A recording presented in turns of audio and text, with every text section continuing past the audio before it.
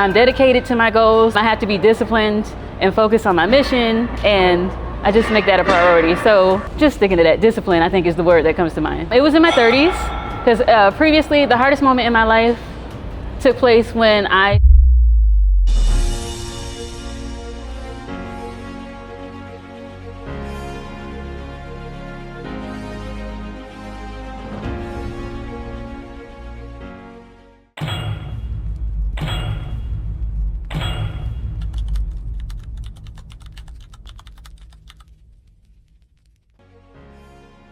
All right, I'm Mia Moore. I'm 40 years old and I'm a school counselor. Well, in high school, I was an athlete, and then I had 3 children in my 20s, and I kind of took off that identity of just being a mom, being a daughter, being an educator. And then when I got to a certain age, I decided to put myself first. And I missed being fit. I missed not being out of breath going up the stairs. So when COVID hit, it was, it was bad for a lot of people, but for me, I look for the positive, and it provided me with a lot of time to work on myself. So I decided to get back into just being fit. I got a gym membership. I went to another gym that I won't mention, but then I was looking for more of a challenge, and I'm glad I stuck with it. So I was looking for a gym that had more versatile equipment. I was looking for something that was more accessible, that I could access at any time, because I work during the day, I'm a mom, I'm running after my kids. So I needed something that was open 24 hours and had a lot of different equipment. And then one of my besties, I found out she was going here too. So I was actually gym hopping. And when I came here to the Iron Asylum, it just felt right. And I think the thing that stuck with me the most is the quality customer service. When I come in, I don't just feel like a number or a membership, like somebody just paying fees. Like I actually feel like a person. And sometimes I'm identified by name and it throws me off. I'm like, whoa, oh, well, how are you doing? Okay.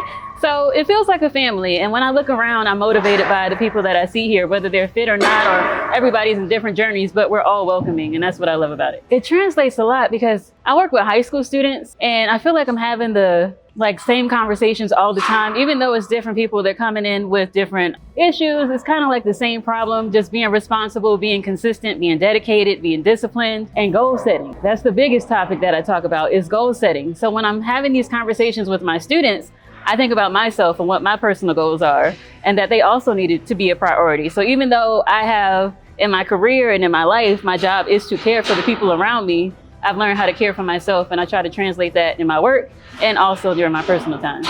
If I could go back to the beginning of my fitness journey, the message I would have to myself is to watch my nutrition. When I started working out, and I was putting in all this time, and I was losing a little weight and seeing the transformation, but I was not sticking to the plan like I should have been as far as eating right. So now that I'm making more conscious decisions about what I eat, as well as putting in the time, I definitely would say commit to the nutrition along with the commitment to lift and just work out regularly. I would say it was when I was able to finally run a 5K without stopping. So I was lifting and I was working out, and then I made this decision that I was going to run a 5K. And it took me a week. I'm like a procrastinator, so I wait till the last minute. So I had a 5K coming up, and I was like, it's on Saturday, I'll start on Sunday. So I went to a park and I was able to run a mile and then 2 miles. And then by Thursday of that week, I was able to run a whole 3.1 mile. And the old me would have never.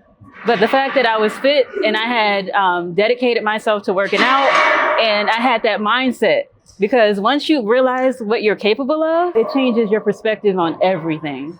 So having that mindset and knowing that I could do it helped me to physically perform the way I knew I could. Discipline. I would say that because, I have ADHD, and I tend to be very impulsive, and sometimes I'll act without really thinking about it. But now I find that I really think about my goals and I commit to it. And the word that comes to mind is discipline. I'm dedicated to my goals. I have to be disciplined and focus on my mission, and I just make that a priority. So just sticking to that, discipline, I think, is the word that comes to mind. It was in my 30s, because previously the hardest moment in my life took place when I separated from my ex. I was married. I met him when I was 17. We got married when I was 20. I had a child at 21. And that was the identity that I knew. It meshed with his family and everything. And when we split, my life changed. I lost those friendships. I lost my ex and his family. And I felt like I was alone. So having to be alone, it's so odd how you could be surrounded by people and still feel isolated. So dealing with that causes you to do a lot of self-reflection and really think about yourself. And then I had to fall in love with myself. And then once I overcame that journey, and started prioritizing what's important to me, my health, my well-being, eating right, being present for my kids, that changed everything. I think it can serve as a distraction.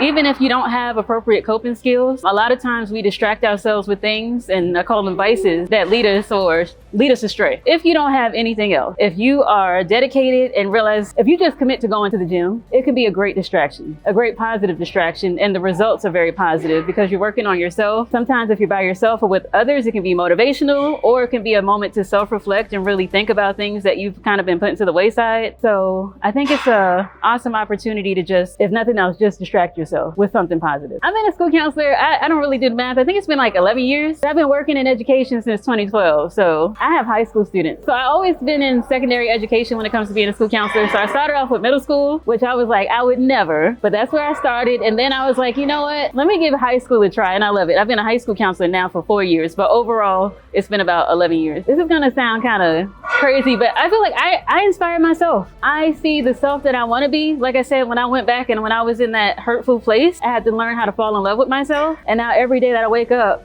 I have to think, does this decision serve who I desire to be later on? Am I the person that I desire to be? At 40 years old, am I satisfied with what I've accomplished, and what do I look forward to? I would say I look up to myself at this moment, because I want to be that great role model just for my kids, but for myself and for my family. It depends. I can't say, because kids, they all have different interests. I will say this, as a school counselor, I encourage students to get involved in whatever it is, something positive. So I encourage them to get involved in some kind of club or activity. Definitely encourage them to get involved with sports, but just something positive. So I can't say everybody is not an athlete. We have some students that are greater orators, or some students that are great with numbers. So I push them, or science. So I push them or try to encourage them to go with what actually fits with them. But when it comes to wellness, if they want to go for a run, I absolutely join my students in the hallway. I will run with them, or I'll join them on the track, and I love when they recognize me. Hey, Miss Moore. And I'm like, yes, I'm out here too. So fitness has no age limit. I would say that it is harder to rebuild your mind than your physical. With physical, as long as you show up and work out, you're going to see the change. But mental, we all have different demons that we're dealing with. And it could be internally or externally that's affecting who we are and how we think. So I would say mental for sure. I would say remember what your purpose is, and remember what your goal is. It doesn't matter where you go, but if you know what you want to do, nobody can turn you away. And as a female that is here, I've had a membership going on 2 years. It was the best decision that I've made. I proudly tell anybody and everybody, I love the Iron Asylum. Don't be intimidated by the people that are here. If they look too built, make that a goal. Make that your motivation, okay? Because I have to say, honestly, I've seen all kinds of people come here. And I love that. So come on, don't be intimidated. And if you want, hit me up. I'll join you for a workout. If I had to give a message to my students, it would be to stay true to yourself.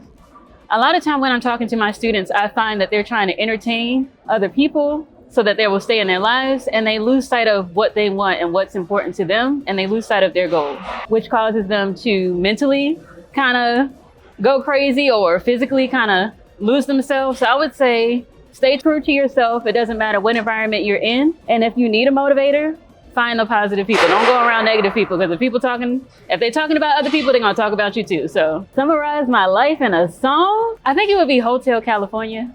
And I know that sounds kind of weird, but when you hear that guitar solo, there's so many notes in that song and so many messages. And it just depends on where you are in life and what you're feeling. But when you hear that song, it's gonna impact you in different ways. So I would say it's loud, it's passionate, and it makes a statement.